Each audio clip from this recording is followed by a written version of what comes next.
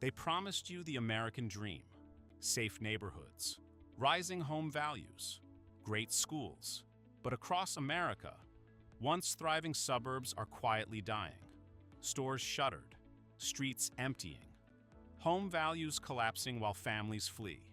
These are not abandoned rural towns. These are places where people just like you invested everything: their savings, their futures, their retirement. Today, we are exposing 15 American suburbs turning into ghost towns right now, and why your equity could vanish next. Coming in at number 15, we have Gary, Indiana.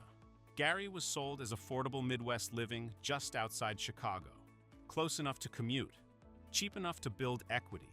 Real estate agents painted pictures of stable working-class neighborhoods where young families could put down roots. The proximity to Chicago jobs made it seem like a smart financial decision. Why pay city prices when suburban affordability waited just across the state line? But today, entire blocks sit abandoned. Population has collapsed over 60% from its peak. The factories that once employed tens of thousands are now rusted shells visible from the highway. Steel production that defined this community for generations has vanished almost entirely. The economic engine that built Gary sputtered and died decades ago, and nothing has replaced it. Drive through certain neighborhoods and you will see more foreclosure signs than for sale signs. The median home value sits at just $54,000. That sounds cheap until you realize values have dropped 32% in the last decade alone. Property taxes keep climbing, while services keep shrinking. Schools are closing their doors permanently. Police response times are stretching longer every year as departments shrink. The unemployment rate hovers around 8.3%, nearly double the national average. And those who do find work often earn poverty-level wages. Median household income has fallen to $32,000. That is barely half the national median. Families who bought here expecting stability are watching their investment disappear in real time. They cannot sell. They cannot afford to leave. What makes Gary truly alarming is the infrastructure collapse. Water main breaks are common. Roads crumble without repair. The city simply cannot maintain basic services with its shrinking tax base. Young people leave as soon as they can. Retirees who stayed are trapped in homes they cannot sell. If you bought into the Gary dream, you are now holding a liability, not an asset. And the spiral is far from over. This is what happens when an economy dies, and no one builds something new. At number 14, Flint, Michigan, and its surrounding Genesee County suburbs. Flint was once the heartbeat of American manufacturing. General Motors promised lifelong prosperity. Workers built entire lives around those factories. Generations of families followed fathers and grandfathers onto assembly lines. The company towns that grew up around these plants were supposed to last forever. But then, the plants closed. Jobs vanished, and an entire region began its slow-motion collapse. The water crisis made national headlines, but the damage went far deeper than lead pipes.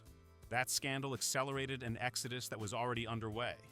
It confirmed what residents feared. Their community had been abandoned by everyone who could have helped. Population has dropped by more than half since 1970. Entire generations have fled. Home values sit 40% below 2008 levels. Think about that carefully. Nearly 2 decades later, and prices have never recovered. The median home price in Flint is around $62,000. But finding a buyer at any price has become nearly impossible in some neighborhoods. Entire streets are boarded up. Commercial properties sit empty for years. No one is coming to fill them. The unemployment rate runs around 7% officially, but underemployment tells the real story. Many residents work multiple part-time jobs just to survive. Full-time work with benefits has become rare. Suburban areas like Burton and Mount Morris are seeing similar declines. Property crime has risen as economic desperation spreads. Insurance rates have climbed to levels that push marginal homeowners over the edge. For families who stayed loyal to Flint, their biggest asset has become their biggest liability. Selling at a loss feels better than watching equity drain away year after year. But many cannot even find buyers willing to take on the burden. Flint is not recovering. It is still contracting. And each year brings fewer reasons to stay. The American manufacturing dream died here, and the suburbs that surrounded it are dying too. Now at number 13, Youngstown, Ohio, and the Mahoning County suburbs. Steel mills promised generations of middle-class wealth in Youngstown. Workers bought modest homes expecting them to appreciate over decades. They raised families believing in the American industrial dream. Good union wages, solid benefits, a pension waiting at the end. The formula had worked for their parents and grandparents. There was no reason to believe it would fail them. Then the mills went quiet. Black Monday in 1977 began a cascade of closures that hollowed out the entire region, and they never reopened. Foreign competition and corporate restructuring eliminated tens of thousands of jobs in just a few years. The economic shock was devastating and permanent. Population has dropped by more than half since 1970. The city has lost over 54,000 residents in that time. Strip malls are empty. Office parks sit vacant. The affordable price tags you see on real estate listings hide a community with no economic engine left. There is nothing driving demand, nothing creating jobs, nothing generating the income needed to support property values. Median household income hovers around $29,000. That is barely enough to cover basic expenses, let alone maintain a home or save for retirement. The unemployment rate officially sits around 6%, but labor force participation tells the darker story. Many working-age adults have simply given up looking for jobs that do not exist. Suburban areas like Boardman and Austintown have held up slightly better, but even they show signs of decline. Retail vacancies are climbing. New business formation has stalled. Young families move away for opportunity that does not exist here anymore. Your equity in Youngstown has nowhere to go but down. And hoping for a manufacturing revival is not an investment strategy. It is wishful thinking in the face of structural economic abandonment that began 50 years ago and never reversed. Number 12 brings us to the Detroit outskirts, specifically the Warren and East Point corridors. These suburbs were marketed as safe alternatives to the city. Families fleeing Detroit's troubles moved here expecting security and stability. The pitch was simple. Keep your Detroit job, but raise your kids somewhere safer. Better schools, lower crime, rising property values. For a while, it worked exactly as promised. Property values climbed. Schools performed adequately. Neighborhoods felt genuinely safe, but the decline was not contained by city limits. It spilled over. The same forces that hollowed out Detroit began eroding its inner suburbs. Crime rates have risen steadily over the past decade. The safety premium that drew families here has largely evaporated. Property values that peaked above $150,000 a decade ago now list for under $60,000. And even at those prices, buyers are scarce. Homes sit on the market for months, sometimes years. Real estate agents struggle to generate any interest. Appraisals keep coming in lower than expected. Entire streets are going dark. Vacant properties attract vandalism and illegal activity. Windows get boarded up. Grass grows tall. Neighbors watch the blight spread from house to house. The population is aging rapidly as younger families leave for areas with better economic prospects. Warren lost over 12,000 residents between 2010 and 2020. East Point shows similar troubling patterns. The tax base is eroding, which means services are declining just when they are needed most. School funding is under pressure. Road maintenance falls behind schedule. Fire and police departments operate with reduced staffing. If you moved here for security, the numbers tell a different story now. These corridors are following Detroit's decline with a 15-year delay, and there is no sign that trajectory is changing. The safety you bought is disappearing block by block, and your equity is vanishing with it. At number 11, the Camden suburbs of New Jersey, including Gloucester City and Pennsauken. Just across the river from Philadelphia, these suburbs promised urban access with suburban safety. You could work in the city and come home to quiet streets. Property prices were reasonable compared to Pennsylvania alternatives. It seemed like the perfect middle ground for young professionals and growing families. The commute was manageable. The schools were decent. The math seemed to work. Instead, poverty rates are climbing steadily. Businesses are leaving for more prosperous areas. Home values have flatlined for over a decade, while surrounding areas appreciated dramatically. The median home price in Gloucester City sits around $140,000. That sounds stable until you realize it has barely moved since 2012, while Philadelphia suburbs on the other side of the river gained 50% or more in the same period. Tax burdens keep rising, while services keep shrinking. Property taxes in these areas rank among the highest in the nation, yet residents see little return on that investment. Schools underperform state averages consistently. Infrastructure ages without replacement. Water and sewer systems need upgrades that municipalities cannot afford. Commercial vacancies climb as anchor stores relocate to more prosperous areas. Shopping centers that once drew regional traffic sit partially empty. The feedback loop accelerates as each departure makes the remaining businesses less viable. Camden's troubles have spread outward steadily. What was once a buffer zone has become part of the problem. Residents who bought expecting appreciation are now trapped in stagnant equity. Selling means accepting that a decade of mortgage payments built nothing. Staying means watching as the gap between these communities and thriving areas grows wider every single year.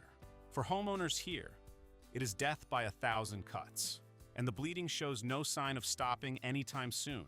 If this helps you understand what is really happening in the economy, hit subscribe. It is free, and it means you will never miss these breakdowns.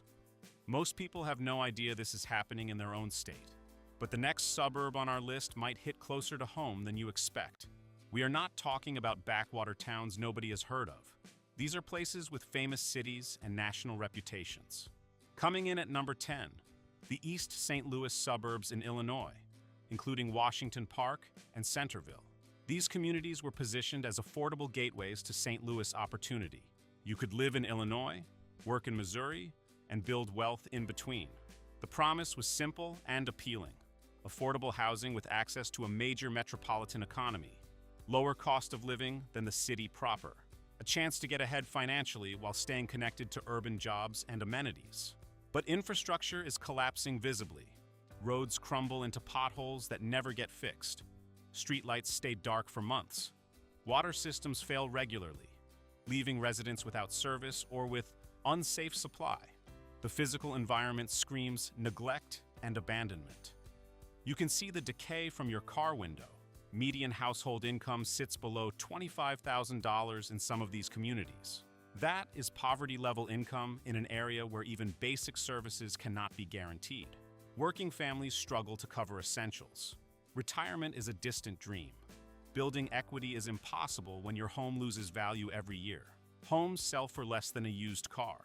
The median home value in Washington Park is under $30,000. But even at those prices, transactions are rare. Who wants to buy into a community that cannot keep its water running reliably? What bank wants to write a mortgage on a property that might be worth less in 5 years? Population decline has accelerated as conditions worsen. Those who can leave do so as quickly as possible. Those who remain are often elderly, disabled, or simply trapped by circumstances beyond their control. The American dream here looks more like a foreclosure notice. Local governments operate in constant fiscal crisis mode. Essential services get cut every budget cycle. Schools lose funding and teachers flee for better opportunities. This is not decline. It is abandonment by every measure that matters. And recovery is not on anyone's realistic agenda. Is it not strange how these suburbs keep promising recovery, yet the population just keeps shrinking? What state do you live in? Drop it below. I want to know if any of these hit close to home for you. At number 9, the Bakersfield outskirts in California, including Oildale and Lamont. Oil industry promised endless jobs here. Workers relocated from across the country, chasing drilling wages that seemed impossibly high. During the fracking boom, these communities swelled with optimism and newcomers. Housing developments sprouted across former agricultural land. Businesses opened to serve the growing population. It felt like a guaranteed prosperity zone that would last for decades. Now drilling is down significantly. Refineries are cutting shifts and laying off workers. Unemployment climbs while oil prices remain volatile and unpredictable. The economic foundation that drew thousands of ambitious workers has cracked. The industry that promised prosperity is consolidating and automating. leaving communities behind. Housing that boomed during the rush is sitting unsold on the market. Families who relocated for opportunity find themselves trapped in a market nobody wants. They cannot sell without massive losses. They cannot refinance because values have dropped below their loan balances. And the jobs that brought them here are disappearing. Median home prices in areas like Oildale hover around $175,000. That represents a 20% drop from peak values just a few years ago. More concerning, inventory keeps building while buyers stay away. The average days on market has doubled compared to 2 years ago. Properties that would have sold in weeks now linger for months. California's forgotten suburbs are paying the price for single industry dependence. Kern County unemployment runs above 7%. Poverty rates in some neighborhoods exceed 30%. Retail establishments close as consumer spending contracts. Schools face budget pressure as property values and enrollment both decline simultaneously. If you chase the oil boom to Bakersfield's outskirts, you may now be stuck holding a depreciating asset in a community with no clear path forward. California's energy economy is transforming rapidly. These suburbs are being left behind permanently.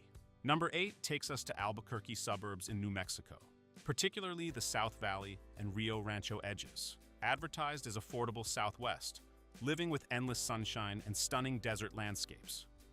Retirees flocked here seeking warm winters and lower costs. Remote workers relocated during the pandemic boom. The cost of living compared favorably to California and Texas metros. Low property taxes and desert beauty sealed the deal for thousands of newcomers seeking a fresh start. But job growth has stalled almost completely. Housing inventory is piling up faster than it can be absorbed.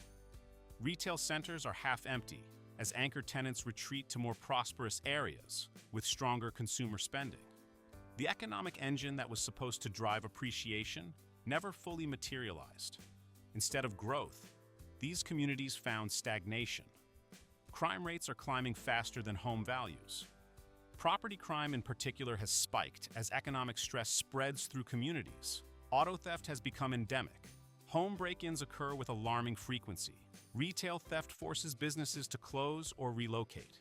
Insurance premiums are rising in response, adding another financial burden to homeowners already seeing minimal appreciation on their properties. The median home price sits around $260,000. That sounds reasonable until you factor in stagnant wages and limited job opportunities. Median household income is around $52,000. The math simply does not work for most young families trying to build lives here. They cannot afford to buy, which suppresses demand and puts downward pressure on prices. For retirees who moved their savings here, expecting affordable golden years, the dream is turning into a trap. Equity growth has flatlined while costs keep climbing relentlessly. Healthcare access in outlying areas is limited and expensive. The sunshine remains beautiful, but the financial promise has faded into the desert heat. What was supposed to be an affordable retirement destination has become a place where savings slowly drain away. Now at number 7, Memphis suburbs in Tennessee, specifically Whitehaven and Hickory Hill, once solidly middle-class communities where families built lives across generations. Good schools attracted young parents. Safe streets encouraged neighbors to know each other. Property values climbed steadily year after year. These were not luxury suburbs catering to the wealthy, but they were stable and reliable. Working-class families could afford homes, raise children, and retire with meaningful equity. That stability has evaporated almost completely. Big-box stores have fled for newer developments in wealthier areas. Strip malls sit abandoned with weeds growing through parking lot cracks. Anchor retailers that once drew shoppers and provided employment have relocated without looking back. The commercial exodus triggered a residential one as families followed the jobs and services elsewhere. Home values have dropped 25% in some neighborhoods over just 5 years. The median home price in Whitehaven sits around $95,000 now. Properties that sold for $140,000 a decade ago now struggle to attract offers at $80,000. Underwater mortgages are common. Families owe more than their homes are worth. Population is declining steadily as families with options exercise them. Those who remain face rising crime rates and deteriorating services. School performance has dropped sharply. Property taxes remain high relative to services received. The gap between what residents pay and what they get keeps widening. The suburban promise of safety and stability has vanished. Homeowners are underwater and stuck in place. Selling means crystallizing massive losses that took years to accumulate. Staying means hoping for a turnaround that shows no signs of arriving. Memphis did not just lose its industrial base over the years. It is losing its middle-class suburbs block by block. The safety and equity that families counted on are both disappearing. At number 6, the Birmingham suburbs of Alabama, including Fairfield and Bessemer. Steel industry collapse gutted these communities decades ago. But unlike some Rust Belt towns that found new economic identities through healthcare or education, these suburbs never recovered. The bleeding that started in the 1980s never stopped. It just slowed to a pace that people stopped noticing unless they looked at the numbers carefully. Population continues to shrink year after year without pause. Fairfield has lost over 40% of its residents since the year 2000 alone. Young people leave for cities with actual opportunity. Retirees pass away, and no one moves in to replace them. The demographic math is relentless and unforgiving. Each census brings worse news than the last. Median home values sit below $80,000 across these communities. In some neighborhoods, you can buy a house for under $40,000. But that low price reflects harsh reality. These are properties in declining communities with limited economic futures. Maintenance costs often exceed the value being preserved. Why fix a roof on a house worth $30,000? Entire. Commercial districts are boarded up and abandoned. What were once thriving shopping centers are now vacant lots where nothing happens. Downtown areas that hummed with activity decades ago sit empty and silent. Storefronts display faded signs for businesses that closed years ago. For anyone who inherited property here, selling at any price is becoming impossible. The buyers simply do not exist. Rental demand is weak because there are no jobs to attract tenants. Property taxes, while low in absolute terms, represent a significant burden relative to income in communities where median earnings barely reach $30,000 annually. This is structural decline with no catalyst for reversal anywhere in sight. The foundation that built these places is gone forever. Stick around. The next suburb on our list is one that most people think is completely safe. They would be wrong. And number 1, it is the suburb everyone assumes is recovering. The truth will shock you. Number 5 brings us to Cleveland suburbs in Ohio, particularly Euclid and Maple Heights. These were promised as stable, working-class communities, first-ring suburbs where factory workers could afford homes and build equity over long careers. The housing stock was solid brick built to last. Schools were decent and funded. Neighborhoods were safe and looked after. For decades, the promise held perfectly. Families planted roots and watched their modest investments grow. But manufacturing left, and nothing replaced it. The economic foundation crumbled beneath everyone's feet. Factories closed. Suppliers followed. Service businesses lost their customer base. The virtuous cycle that built these communities reversed into a vicious one.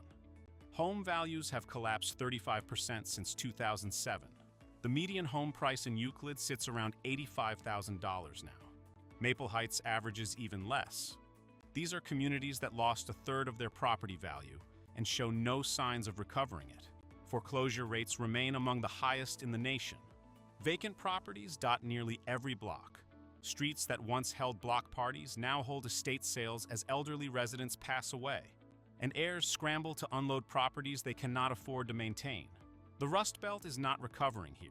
It is hollowing out one house at a time. Population decline accelerates each census count. Euclid lost over 15% of its residents between 2010 and 2020 alone. Infrastructure ages without replacement because the tax base cannot support upgrades. Commercial development has shifted to outer suburbs, leaving inner-ring communities behind and forgotten. For homeowners who stayed loyal to these neighborhoods, equity has vanished completely. The 30-year mortgages they signed created debt, not wealth, and the prospect of selling grows dimmer each year as comparable sales push prices ever lower. Why do you think politicians never talk about these dying suburbs when they brag about economic growth? Ever noticed how these areas keep struggling, but nothing fundamental ever changes? I want to hear your thoughts below. Coming in at number 4, the Stockton outskirts in California, including South Stockton and French Camp. Once a booming agricultural hub with affordable housing close to Bay Area jobs, workers endured long commutes in exchange for homes they could actually afford in California's expensive market. During the early 2000s housing boom, subdivisions sprouted across former farmland at dizzying speed. Prices climbed monthly. Equity built rapidly. The California dream seemed within reach for families priced out of coastal cities.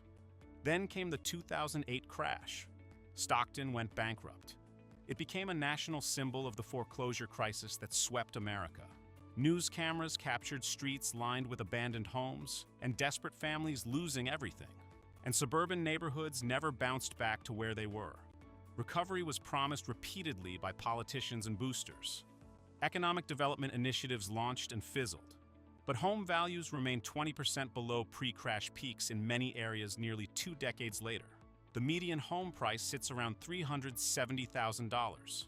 That sounds like appreciation, until you realize owners who bought at the peak in 2006 still have not recovered their equity. They are still underwater. Crime spiked during the crisis and never fully retreated to previous levels. Businesses fled for safer markets. Commercial vacancies remain elevated throughout the area. Schools struggle with reduced funding and transient populations, as families move constantly seeking stability. For families who bought into the Stockton dream at the wrong moment, equity evaporated and never returned. They paid Bay Area commute costs without receiving Bay Area appreciation in return. Nearly 2 decades after the crash, these suburbs remain cautionary tales. The California housing market roared back spectacularly in many coastal places.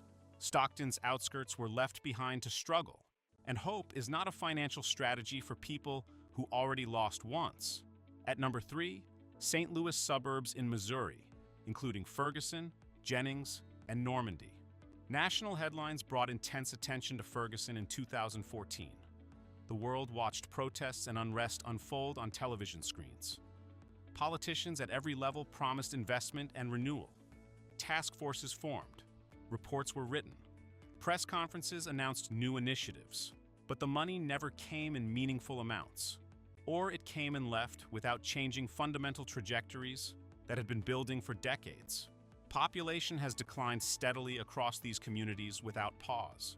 Ferguson lost over 10% of its residents since 2010. Jennings and Normandy show similar troubling patterns. Young families with options choose. Other areas where the outlook seems brighter. Those who remain are increasingly elderly or economically constrained by circumstances. Commercial vacancies exceed 30% in some corridors now. Strip malls that once anchored communities and provided jobs sit partially or fully empty. National retailers have withdrawn their stores. Local businesses struggle to survive without the foot traffic that anchor stores used to generate. Home values have dropped, while property taxes keep rising to cover services for shrinking populations. The median home price in Ferguson is around $110,000. That represents minimal appreciation over a full decade, while inflation eroded purchasing power substantially. Owners are effectively losing money in real terms every single year. The suburban safety promised to families has been replaced by economic abandonment and uncertainty. Headlines fade from memory. Attention moves on to the next crisis. But residents remain, trapped in communities that promise stability and delivered decline. Each year, the gap between these suburbs and prosperous areas grows wider and harder to bridge. Number 2 takes us to Baltimore suburbs in Maryland, specifically Dundalk and Essex. Blue-collar strongholds built around Bethlehem Steel and the industrial economy it supported. Workers earned solid middle-class wages and bought solid homes in solid neighborhoods. For generations, the formula worked perfectly. Paychecks flowed reliably. Equity accumulated steadily. Families prospered and expected their children to do even better. The American industrial dream seemed guaranteed. Then the mills closed, and so did the future these communities had planned. The economic foundation that supported tens of thousands of families disappeared almost overnight. Retraining programs helped some workers. Most simply never found comparable employment again. What remains is a population aging out with no young families replacing them.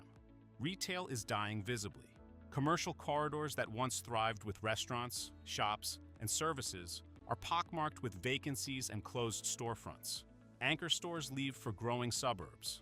Small businesses follow because they depend on traffic that no longer exists. The feedback loop is relentless and accelerating. Home values have stagnated for 15 years now. The median home price in Dundalk sits around $190,000. That sounds respectable until you realize it has barely moved since 2008, while other Baltimore suburbs appreciated substantially. Inflation adjusted, owners have lost significant money. Their largest asset has actually become smaller in real terms. For retirees counting on home equity to fund their later years, there is nothing left to count on.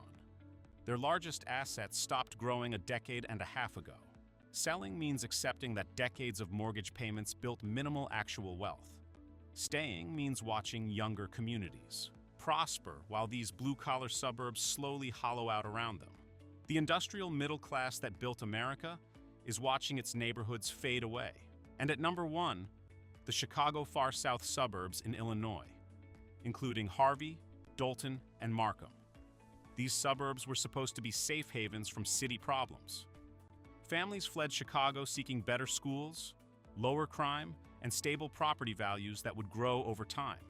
For a generation, the strategy seemed to work exactly as planned. These communities represented attainable middle-class success for working families. You could own a home, send kids to decent schools, and build equity for retirement. Instead, they have become the epicenter of American suburban collapse. Harvey alone has lost over 30% of its population in just 2 decades. The exodus accelerates each year as conditions worsen and families flee. Those who can get out do. Those who cannot watch their community deteriorate around them. Property taxes are among the highest in the entire nation. Yet services are disappearing at alarming rates. Police and fire departments operate with skeleton crews that cannot respond quickly to emergencies. Roads deteriorate without repair or maintenance. Water infrastructure fails and takes weeks to fix. The tax burden crushes homeowners while delivering less every single year. Homes sell for under $30,000 now. Entire blocks sit vacant and abandoned. Properties that families paid $150,000 for 2 decades ago cannot attract offers at $20,000 today. Foreclosures vastly outnumber legitimate sales. Banks abandon properties rather than maintain them because the costs exceed any possible recovery. This is not decline. This is complete abandonment. Total systemic failure at every level. Municipal finances teeter perpetually on the edge of bankruptcy. Essential services face cuts every budget cycle as the tax base shrinks. Commercial activity has collapsed entirely. Employers left years ago and took the jobs with them. What remains is a population trapped by circumstance in communities that promised safety and delivered catastrophe instead. For anyone with money tied up in the Chicago far south suburbs, the ghost town is not coming. It has already arrived and settled in permanently. The American dream died here years ago, and no one is coming to resurrect it. Not all suburbs are created equal. Some are quietly collapsing while you are told everything is fine. Property values erode silently. Services disappear gradually. Communities hollow out family by family. And by the time most people notice the pattern, their equity is already gone. Subscribe now, and if you are watching on TV, tap your remote so you never get blindsided again.